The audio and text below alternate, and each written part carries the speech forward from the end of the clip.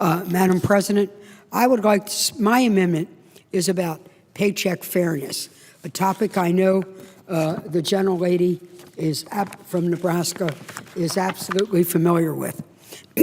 And I come to the floor to finish the job that we began with Lilly Ledbetter, to end pay discrimination in the workplace once and for all. That's why I'm offering this amendment, based on the bill that I've offered in past 3 Congresses. It's called the Paycheck Fairness Act. My Senate colleagues and I want to be sure that women get a raise.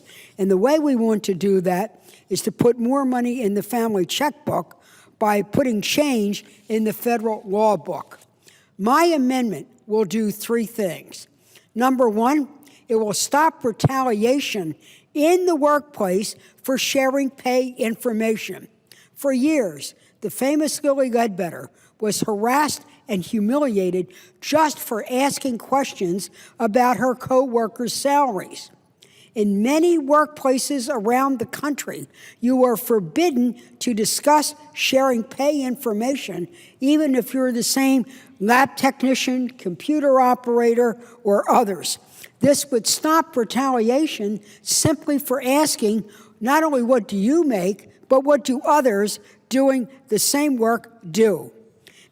It stops employers also from raising or using any reason to pay women less. Oh, they're breadwinners. Oh, he's a family man. Oh, gee, they do a harder job when it's the same job. We have to make sure it is equal pay for equal work. This bill also allows punitive damages for women who've been discriminated against. When the only deterrent against pay discrimination is the threat of paying women back pay, discrimination can be just factored in to the cost of doing business and treating it like loose change. Now, people say to me, hey, Senator Barb, you led the fight on Lilly Ledbetter to make sure we had equal pay for equal work. Didn't we solve that problem? Well, we made a good first step. That bill kept the courthouse doors open for women who are discriminated against so that there wouldn't be a statute of limitations as defined by an original Supreme Court decision. But that was only a down payment. What this amendment does says we need to change the law so that Lilly wouldn't have had to sue in the first place. This amendment says put an end to the incentives that cause employers to think paying women less is just loose change.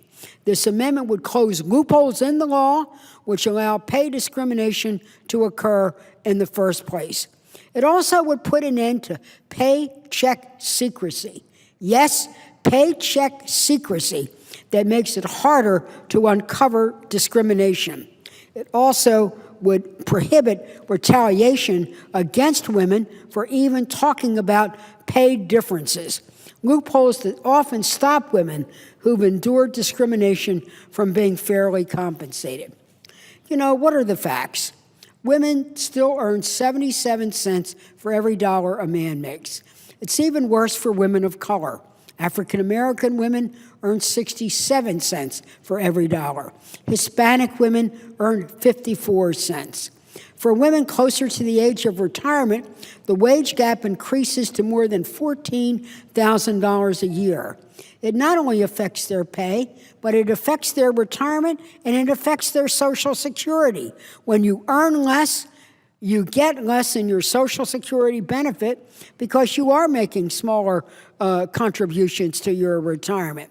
Women's Social Security benefits are about 71% of men's benefit, and that's not because of the mommy factor, where women have taken time out of the workplace and the marketplace to be in the home with their children. Women earn 23 cents less for every dollar a man earns, even when she does the same job and has the same education. Women don't get a 23% discount on their student loans. They don't get a 23% discount on their utility bill. They don't get a 23% discount on their mortgage. So we end up paying the bill just for our ability to work. Madam President, I could go on and tell you compelling stories about my constituents who have shared them with me. Latoya Weaver, and I hear from her that she told me that well, first of all, she lives in Great Mills, Maryland. She's a single parent to 3 children. She worked in guest services at a hotel. She found out that her pay of $8 an hour, $8 an hour, was $2 less than new males in the same position. So a new guy working in the same job, doing the same thing, was paid $2 more. That makes a big difference when you're making $8 than making $10. Ms. Weaver filed an EEOC lawsuit, and she prevailed. And you can't have to necessarily go to EEOC on every case. There was Donna Smith, who lives on Maryland's Eastern Shore. She worked as a retail clerk. She was also told not to discuss her wages, but when she found out she was being less than the male clerks, not male as in post office male, but male as in guy, that a guy clerk whom she actually trained and was doing the same exact job.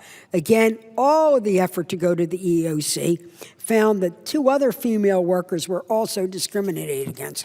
No one would have known Donna had she not sought out that information. So we can see that paycheck fairness is absolutely needed.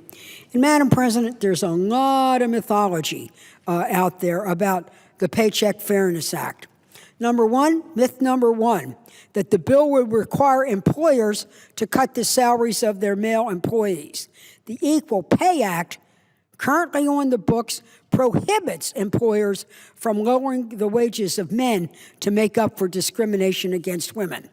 Another myth, that the bill is unnecessary. Well, the facts speak for themselves. When American women who work full-time a year are paid only 70 cents for every dollar made to their male counterparts, it speaks for itself.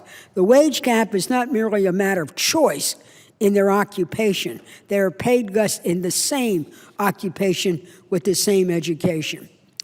There's another myth, that the bill would subject employers to criminal penalties for refusing to disclose wage information. No part of this bill provides for criminal penalties for employers for any conduct. There is no criminal penalty in this bill. The bill also, another myth, is that the bill would require the government to set salaries for federal employees. Again, nothing in the Paycheck Fairness Act allows federal government to set salaries for a public or a private employer. So, Madam President, I think that speaks for itself. And I have a factual document from the National Women's Law Center. I ask unanimous consent that it be included in the record. Without objection. So, Madam President, here we are, 2015.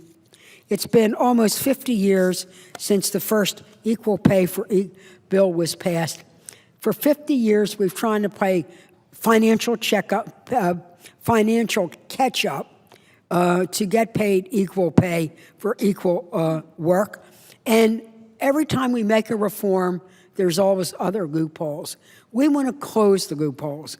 We want to end discrimination. We want to end the retaliation. And most of all, we want to end the fact that women often end up in their whole lifetime earning less. It affects the way they raise their family. It affects the way they pay into their pension, the way they pay into their Social Security. And now we need to pay our respects to them and pass the Paycheck Fairness Bill. Madam President, I yield the floor.